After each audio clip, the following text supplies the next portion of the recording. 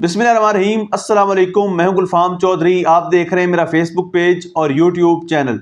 पाकिस्तान की सियासी सूरत हाल पर इंतहाई अहम तरीन तज्जिया दिया है सिद्दीक जान साहब ने, और इस वक्त पाकिस्तान की सियासत के अंदर जो हकायक हैं वो उन्होंने बताए। आइए पहले उनकी बात सुनते हैं, फिर उस पर बात करते हैं। एक तरफ मंसूरी शाह साहब गुस्से में हैं कि मेरे जुडिशल ऑर्डर के खिलाफ वर्जी हुई है, लेकिन जुडिशल ऑर्डर से ऊपर आइन है, और आइन जो है वो ये कहता है कि आइनी जो नुक्ता है उसकी तशरीह का जब भी कोई मामला होगा तो वो आइनी बेंच के सामने जाएगा। तो मंसूरी शाह साहब ने उसको आइनी बेंच के सामने ना भेजकर खुद सुनकर आइन की खिलाफ वर्जी की है, और अगर कोई आइन की खिलाफ वर्जी करता है तो उसके नताइज क्या होंगे। अतर मिनल्ला साहब ने कहा, 6 जजेस के खत का उन्होंने जिक्र किया।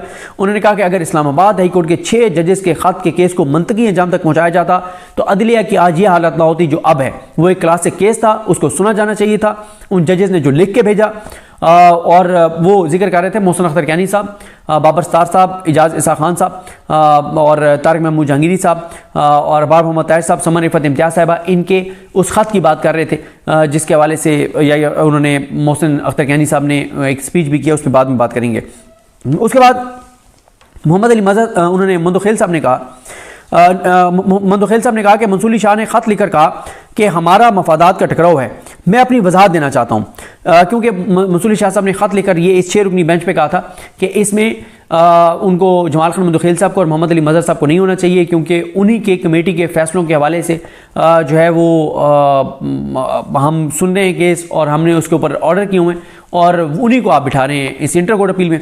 तो उन्होंने कहा, इन्होंने जमाल खान मंदोखेल साहब ने, कि जैसे मंसूरी शाह ने ख़त लिखकर कहा कि हमारा मफादात का टकराव है, वजाहत देना चाहता हूँ और कि मेरा कोई मफादात का टकराव नहीं है। एतराज़ उठाने वाले को बताना होगा कि मेरा क्या मफाद है, मेरी क्या दिलचस्पी है। सवाल तो हम भी उठा सकते हैं कि आपकी इस केस में क्या दिलचस्पी है।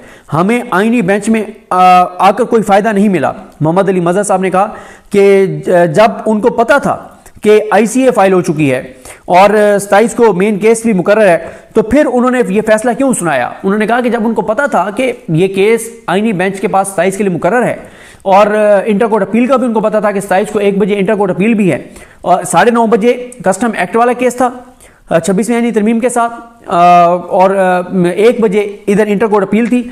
उसके बावजूद उन्होंने 9:30 बजे क्यों ये फैसला सुनाया, ये कहना था मोहम्मद अली मजहर साहब का। और उन्होंने कहा कि उन्होंने तो यहां तक कह दिया मंसूरी शाह साहब ने कि जो इंटर कोर्ट अपील बेंच सुने उसमें ये जज ना बैठे। उन्होंने कहा ये नई जूरिस्प्रूडेंस जो है वो डेवलप हो रही है। अतर मिनल्ला साहब ने कहा कि हमें इसमें नहीं जाना चाहिए। मंदोखेल साहब ने कहा कि अगर वो हमें ड्रैग करके इसमें ले आए हैं तो हमें इसमें बात तो करनी होगी। अतर मिनल्ला साहब ने कहा कि मोहम्मद अली मजहर साहब ने कहा कि अगर क्योंकि शायद भाई साहब ने भी कहा था ना कि ये 2 जज नहीं बैठ सकेंगे, और उन्होंने अतर मिनल्ला साहब ने कहा कि इस तरह से फिर आधे जज नहीं बैठ सकेंगे अदालतों में अगर मफादात के टकराव की इस तरह की तारीफ की जाएगी। तो मोहम्मद अली मजहर साहब ने कहा फिर तो इडहाक जज लाने पड़ेंगे। जमाल खान मंदोखेल साहब ने कहा कि ये क्या तरीका है कि मेरा जज तेरा जज।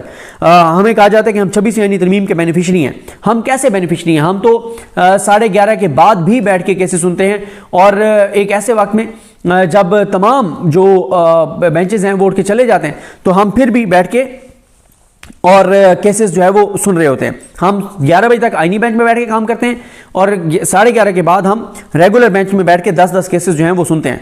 और मुसर्रत हिलाली साहब ने कहा कि और हम ये काम सारा उसी पुरानी तनख्वाह में करते हैं। जमाल खान मंदोखेल साहब ने कहा कि अगर हम बेनिफिशरी हैं 26वीं आइनी तरमीम के तो वो एग्रीव्ड हैं।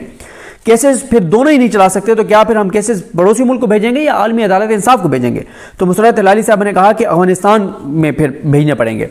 मोहम्मद अली मजहर साहब ने कहा कि ये तो वही बात है कि कुछ कहा भी नहीं और कह भी गए। हमें नोटिस करते, हम पेश हो जाते कि हम पूछ लेते कि हुजूर हमसे क्या खता हो गई है।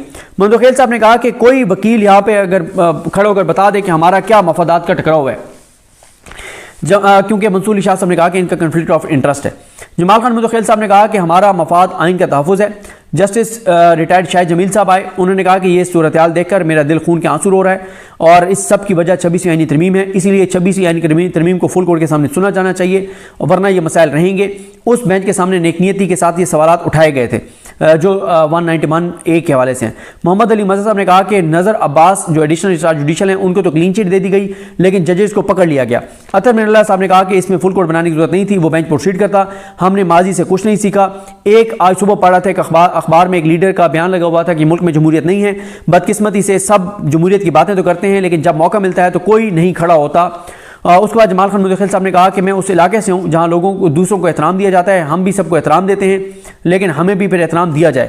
اطہر من اللہ صاحب نے کہا کہ یہ کمیٹی ایک انتظامی فورم ہے، اور اس دوران نا شاہد جمیل صاحب کیونکہ روشنم پر کھڑے ہو کے بات کر رہے تھے تو ایک صحافی نے لقمہ دیا ایک حکومتی وکیل کے کان میں کہ یہ شاہد جمیل کس چکر میں کھڑا ہے، یہ بینچ کو بتاؤ کہ یہ تو اس کیس میں ہے ہی نہیں، یہ کس چکر میں کھڑا ہے۔ تو یہ حالات ہیں ہمارے صحافیوں کے۔ اس کے بعد اطہر من اللہ صاحب نے کہا کہ اگر کوئی 25 سال جیل میں رہنے کے بعد اس کو ہم بری کرتے ہیں اور یہ ثابت ہوتا ہے کہ 25 سال اس نے بے گناہ تھا اور اس نے غلط جیل کاٹی ہے، تو اس سب کے ذمہ دار ہم سب ہیں، ہم سب ججز اس کے ذمہ دار ہیں۔ تو یعنی وہ چاہ رہے تھے کہ ہم عوام کے جو کیسز ہیں ان پہ زیادہ فوکس کریں۔ اور اس کے بعد انہوں نے یہاں تک کہہ دیا اطہر من اللہ صاحب نے کہ اگر آپ نے یہ کیس آگے بڑھانا ہے تو میں ریکیوز کر رہا ہوں، میں سے الگ ہو رہا ہوں۔ اس کے بعد انہوں نے کہا کہ جمال خان مدخیل صاحب نے پھر ان کو منایا کہ نہیں ہم اس میں آگے نہیں جا رہے، کیونکہ جمال خان مدخیل صاحب اسی میں اٹارنی جنرل کو نوٹس کر کے اور اس کیس کو آگے بڑھا کے اور اسی کیس میں انٹر کورٹ اپیل میں جو منصوری شاہ صاحب کا فیصلہ اس کو کالعدم کرنا چاہتے تھے۔ تو انہوں نے کہا کہ ہمارے ساتھ چیلنج ہی نہیں ہے، تو اس کو آپ کیسے آگے بڑھا سکتے ہیں جب نظر عباس نے کیس واپس لے لیا، اپیل واپس لے لیا۔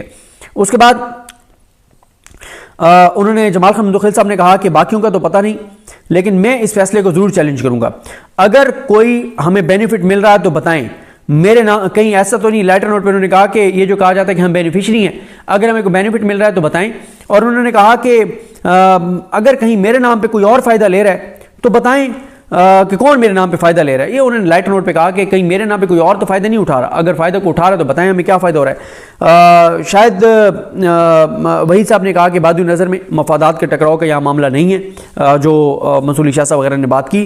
صلاح الدین صاحب نے کہا کہ سب اگر بیٹھیں گے تو پھر مفادات کے ٹکراؤ والا معاملہ ختم ہو جائے گا، اگریوڈ بھی بیٹھ جائیں گے، بینیفیشری جن کو کہا جا رہا ہے وہ بھی بیٹھ جائیں گے۔ لندن ٹرانسپورٹ کمپنی کا انہوں نے حوالہ بھی دیا، لندن ٹرانسپورٹ کمپنی کیس کا۔ انہوں نے کہا کہ کچھ ججز کو ڈالنا کچھ کو نکالنا یہ ٹھیک نہیں ہے۔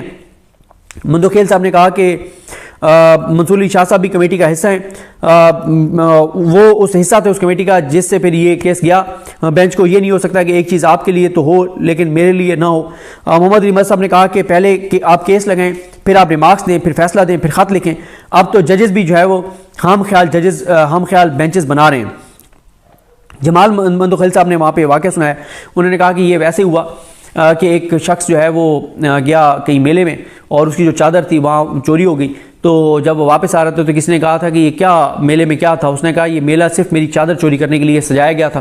تو انہوں نے کہا کہ ہمیں بھی لگتا ہے کہ یہ کیس صرف ہمیں توہین عدالت کا مرتکب قرار دینے کے لیے لگایا گیا تھا۔ پھر اس کے بعد انہوں نے لکھوایا فیصلہ، منصوری اطہر من اللہ صاحب اور شاہد وحید صاحب نے سمپلی اس کو جی بالکل جس طرح سے آپ نے سنا، صدیق جان صاحب نے بڑے مفصل انداز میں بتایا کہ کس طرح سے پاکستان کی سیاسی صورتحال جو ہے وہ بدلنے جا رہی ہے اور آئندہ آنے والے جو دن ہیں وہ سیاست میں کتنے اہم ہیں۔ اللہ پاک وطن عزیز کا حامی و ناصر ہو۔ پاکستان زندہ باد۔